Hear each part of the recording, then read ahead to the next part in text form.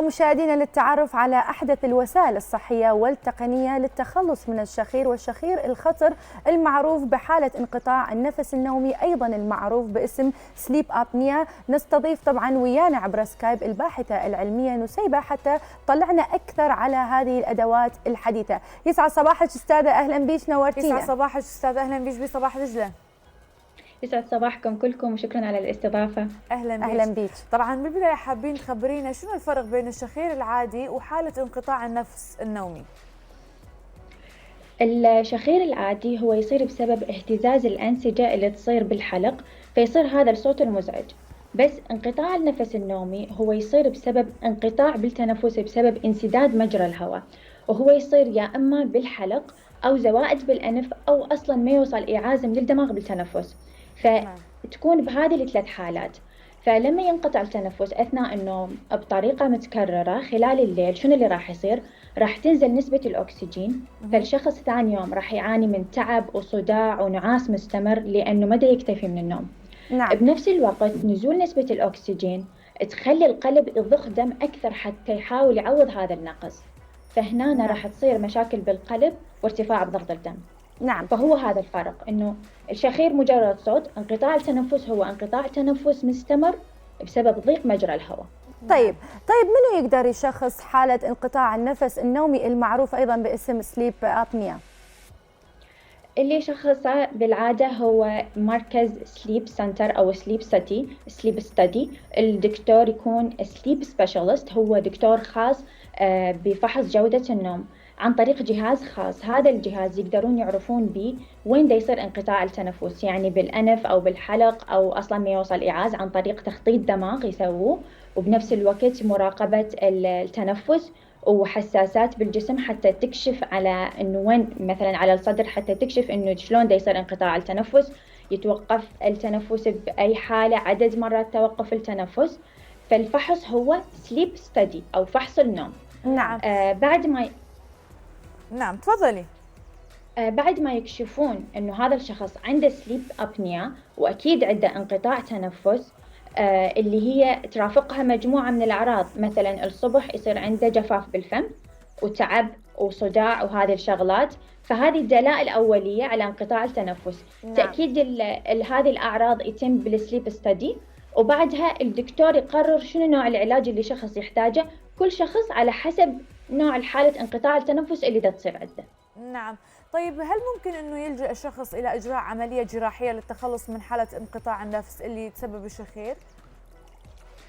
العملية الدكتور هو اللي راح يقررها بالأخير ويعرف إنه هذا الشخص راح يستفاد من العملية أو لا، هل هذه الزوائد ممكن ترجع مرة ثانية أو لا، أو على حسب حالة الشخص. مثلا إذا شخص كلش مسن متقدم بالعمر ممكن العملية تكون مؤذية بالنسبة له، فيلجؤون إلى حلول ثانية اللي هي جهاز السيباب.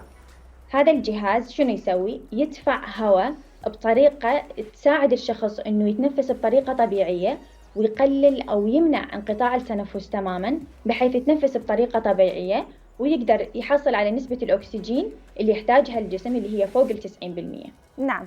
طيب شنو هي الأجهزة الحديثة اللي تساعد على التنبيه أثناء النوم يعني بخطورة الشخير؟ الأجهزة الحديثة عندنا الذكية اللي هي السمارت ماشين، هذه تصير سليب أنالايزر اسمها، يا أما تلبس بالمعصم أو تنحط تحت الوسادة وتراقب إذا يصير انقطاع تنفس أو لا.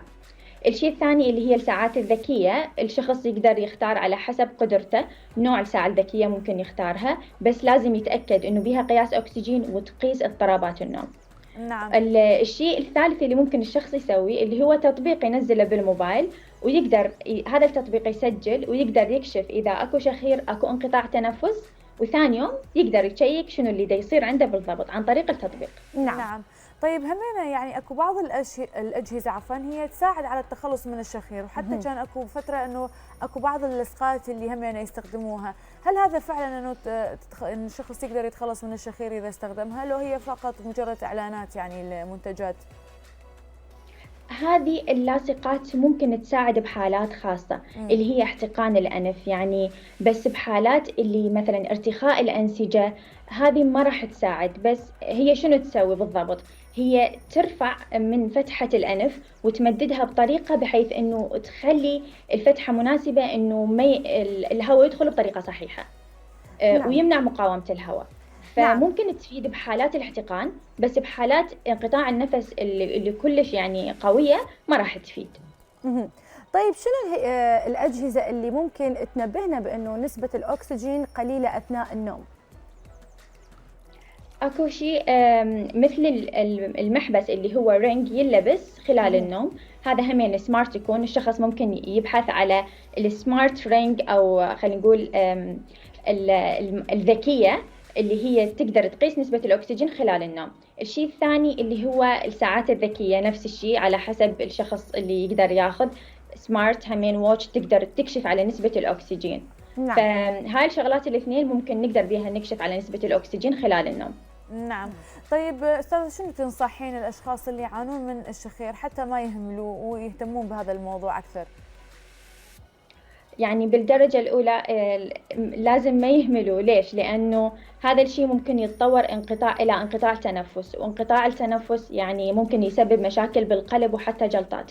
فالشخص حتى يحمي نفسه من هذا الشيء يقدر أول شيء يراقب الأعراض اللي عنده. إذا عنده جفاف بالفم، تعب، صداع، هذه الشغلات رأسا يروح على مركز سليب ستدي ويسوي فحص للسليب ستدي حتى يقدر يتأكد إنه ما عنده انقطاع تنفس.